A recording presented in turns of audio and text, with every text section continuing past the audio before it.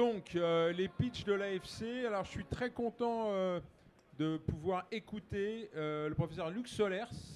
Luc Solers, c'est vraiment l'université qui ensuite a développé des choses dans le domaine de l'innovation. Et donc, tu vas nous parler, Luc, de Visible Patient pendant 5 minutes.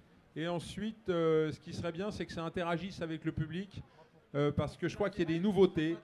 Il y a des nouveautés chez Visible Patient. Visible Patient est en train de se transformer. Bonjour à tous, j'attends juste que ma vidéo parte. Voilà. Donc on va parler de Visible Patient. Alors on adresse un problème connu, les opérations et les actes pour les cancers. Vous savez que les cancers malheureusement tuent chaque année beaucoup de patients, 150 000 en France. Et pour traiter ces thérapies, on a de plus en plus de solutions qui nous sont proposées. Donc on a évidemment la chirurgie avec la segmentectomie, mais sur une tumeur de entre 1 et 3 cm, on peut faire de la radiothérapie, on peut aussi faire de l'embolisation, de la chimio-embolisation, et puis on peut faire de la radiothérapie. Alors toutes ces technologies nous permettent aujourd'hui d'arriver à quelque chose, mais à une condition, c'est qu'on ait une image médicale en amont, image qui est une série de tranches du patient. Évidemment, mentalement, c'est difficile d'imaginer ça en 3D. Alors dans le passé, il y avait des sociétés qui ont proposé des solutions, des logiciels, qui permettent de reconstruire en 3 dimensions ce patient. Le problème qui était posé, c'est que ça prend du temps à l'opérateur, il faut acheter des machines dans l'hôpital, ça a un coût assez important de maintenance, de formation. Et ce qu'on s'est dit, c'est que finalement, ça, c'était exactement ce qu'on pouvait faire quand on faisait une analyse de sang.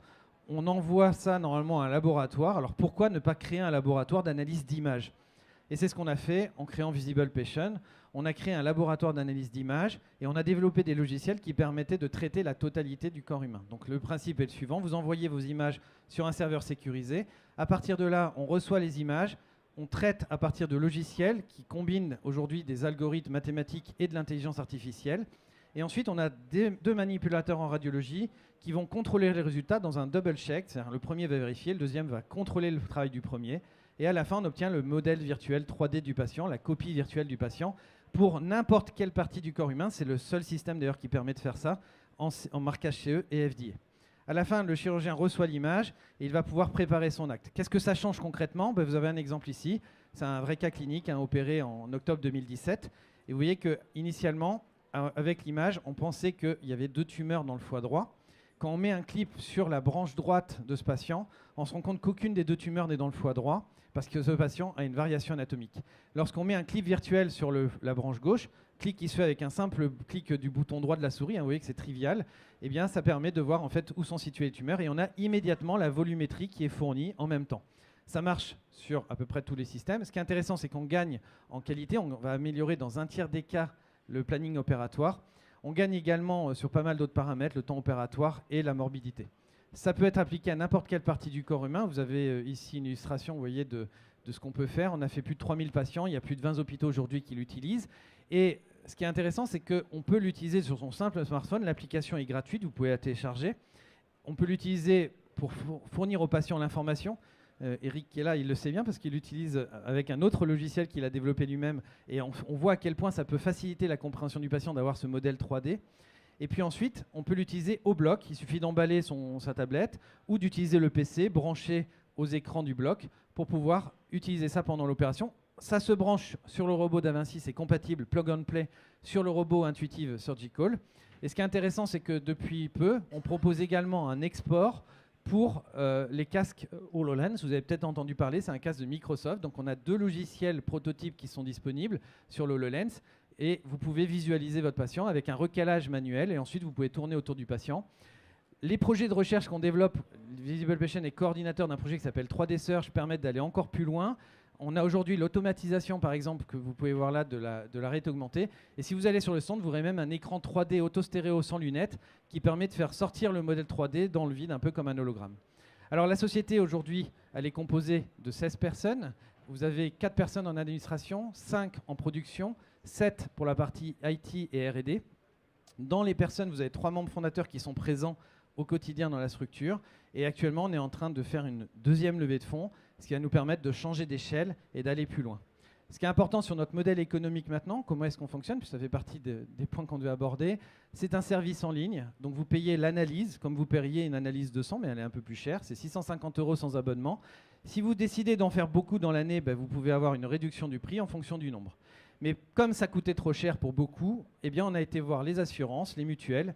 Et je vous annonce en avant-première sur le salon que l'assurance Crédit Mutuel va prendre en charge à 100% pour la totalité de ses assurés Visible Patient. C'est la première d'une longue série. On est en pourparlers actuellement avec 4 grosses mutuelles et assurances en France qui représentent un total de 16 millions de patients en France. Voilà ce qu'est Visible Patient. Et je vais m'arrêter là, ça fait 5 minutes. Bravo, bravo, bravo. Et en plus, tu as respecté le temps, donc c'est parfait. Est-ce que vous avez des questions pour Lux Solers concernant Visible Patient, qui est en effet en train de se transformer? Je crois vraiment ce que tu dis à la fin, c'est-à-dire le fait que vous ayez trouvé des partenaires pour pouvoir rembourser le logiciel et la prestation, c'est fondamental, ça va tout changer dans l'utilisation. Est-ce qu'il y a des questions pour Lux Solers sur Visible Patient? Est-ce qu'il y a déjà des gens dans l'assistance qui ont utilisé Visible Patient? Voilà. Donc non, je crois, moi je suis chirurgien hépatique et transplanteur et clairement aujourd'hui, on a appris la chirurgie hépatique avec des choses qui étaient une anatomie standardisée, une hépatectomie droite, une hépatectomie gauche, et de plus en plus on est en train de se tourner vers une chirurgie qui est une chirurgie personnalisée. C'est-à-dire qu'il est plus possible aujourd'hui de faire une chirurgie compliquée sans avoir analysé en 3D la situation pour pouvoir faire une chirurgie particulièrement adaptée aux malades que vous avez en face de vous. Il y a des papiers, en particulier au Japon, qui ont montré que la survie des cancers primitifs du foie, du carcinome hépatocellulaire, était améliorée lorsque on utilisait des logiciels de ce type-là pour préparer des hépatectomies. Donc c'est évidemment la suite de la chirurgie du foie. Je crois qu'aujourd'hui, les mathématiciens sont en train de remplacer les anatomistes. C'est indiscutable. On va aller vers des modèles de plus en plus précis, de plus en plus interactifs pour pouvoir préparer des opérations. On travaille, moi aussi je travaille un peu sur cette thématique-là avec des choses plus autour de la simulation, mais finalement, ce que tu développes, c'est exactement des outils de simulation.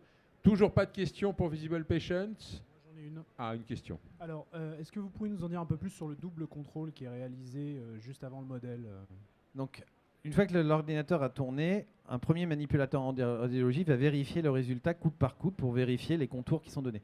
Ce qui arrive de temps en temps, c'est surtout sur la partie vasculaire. Vous avez une erreur entre une veine hépatique et une veine porte parce que comme elles se touchent, on peut très bien avoir une propagation. Donc les manipulateurs en radiologie vont utiliser des logiciels interactifs, ils vont cliquer sur le vaisseau, ça va propager, et ils vont changer par exemple une veine hépatique théorique en vraie veine porte qu'elle était. Donc le premier manipulateur va regarder ça sur toutes les coupes. Le deuxième va reprendre le travail en contrôlant le travail du premier manipulateur en radiologie. C'est un double check. Pourquoi est-ce qu'on fait ça? Parce qu'évidemment, ça coûte de l'argent de faire ça, vous en doutez. Eh bien, tout simplement parce qu'on a démontré dans le passé, et pas dans notre domaine, dans tous les domaines, que le double check enlevait les erreurs. Et le meilleur exemple, si vous voulez avoir une illustration concrète, faites faire une dictée à 2 personnes en parallèle. Vous regardez les fautes. Et vous faites faire une deuxième dictée à une personne et vous demandez à la deuxième de corriger les fautes de la première. Même si elle n'est pas bonne en orthographe, elle va lui trouver des fautes parce que le cerveau humain ne travaille pas de la même façon quand il essaye de détecter des informations ou quand il essaye de corriger les informations. Et c'est pour ça qu'on a mis en place ce double check. Évidemment, ça a un coût, ça explique d'ailleurs ce coût, mais l'avantage, c'est qu'au final, vous avez une reconstruction 3D avec un niveau de fidélité qui est inégalé et qui permet en plus de faire n'importe quelle partie du corps humain, quelles que soient les pathologies et quel que soit l'âge. On fait beaucoup de pédiatrie, par exemple, avec des anatomies qui sont totalement anarchiques par rapport à ce qu'on connaît, et on peut le faire grâce à ce double check humain. Donc voilà par rapport à la question du double check. D'accord, merci.